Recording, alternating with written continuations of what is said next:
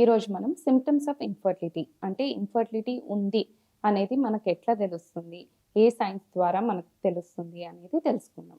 Hello అండి, నేను doctor బిజీ, ఫర్టిలిటీ కన్సల్టెంట్, ఫర్టైన్ ఫర్టిలిటీ సెంటర్, కరీంనగర్. సో ఇన్ఫర్టిలిటీలో ఆడవాళ్ళలో ఉన్న సిమ్టమ్స్ ఏమై ఉండొచ్చు? First and foremost bleeding. So period కరెక్ట్గా రాకపోవడం, నెలకి రాకపోవడం, తొందరగా రావడం లేదా లేట్ రావడం, వచ్చినప్పుడు బ్లీడింగ్ బాగా ఎక్కువ అవ్వడం, ఇవన్నీ ఇన్ఫర్టిలిటీకి సంకేతాలు ఉండొచ్చు. సో పీరియడ్ ఇర్రెగ్యులర్గా ఎప్పుడు రావచ్చు అంటే పీసీఓ ప్రాబ్లం ఉన్నా కానీ, అంటే నీటి బుడగల ప్రాబ్లం ఉన్నా, లేకపోతే హెవీ బ్లీడింగ్ అడ్నోమయోసిస్ అప్పుడు రావచ్చు, పాలిప్ ఉంటే బ్లీడింగ్ ఎక్కువ అవ్వచ్చు. సో ఈ కారణాల వల్ల ఈ ప్రాబ్లమ్స్ వస్తాయి కాబట్టి ఇన్ఫర్టిలిటీ అనేది ఇందులో ఉండొచ్చు.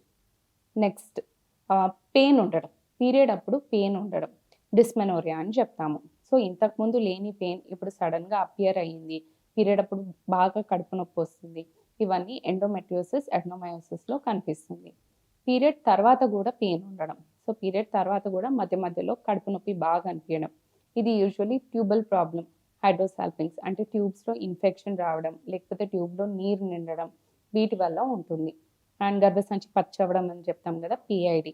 సో ఇన్ఫ్లమేషన్ ఏమైనా ఉన్నా పెయిన్ అనేది పీరియడ్ టైంలో కాకుండా మధ్య మధ్యలో వస్తూ ఉంటుంది. ఇంకొకటి కలిసేటప్పుడు నొప్పి ఉండడం, ఎండోమెట్రియోసిస్లో ఈ టైప్ ఆఫ్ పెయిన్ రావచ్చు.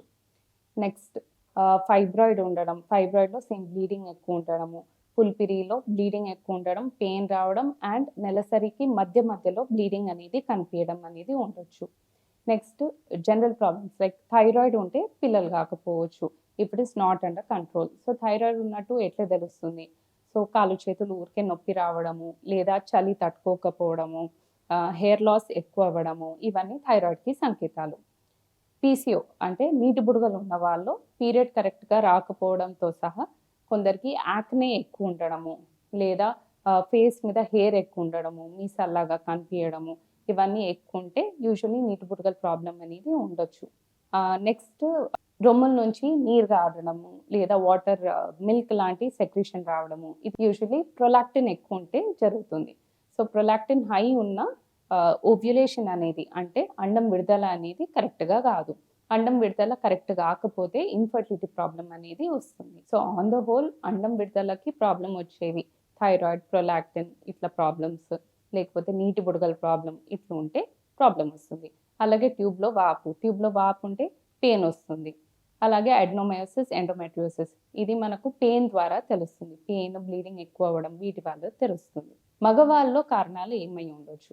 సో మగవాళ్ళలో కలిసేటప్పుడు ఇబ్బంది ఉండడము, రుష్ణాలు అనేది చిన్నగా ఉన్నట్టు తెలియడము, లేక రుష్ణాలు ముట్టేటప్పుడు నొప్పి రావడం, సో ఇన్ఫెక్షన్ ఉన్నట్టు తెలియడం, లేదా రుష్ణాల చుట్టూ నరాలు ఉబ్బడము, సో వెరికోసీలు ఉన్నట్టు తెలుసుకోవడము, అండ్ కలిసేటప్పుడు ఇజాక్యులేట్ అనేది చాలా తక్కువ వాల్యూమ్ ఉండడము, ఇట్లాంటివి గమనిస్తే ఇన్ఫర్టిలిటీ ప్రాబ్లం ఉన్నట్టు భావించవచ్చు.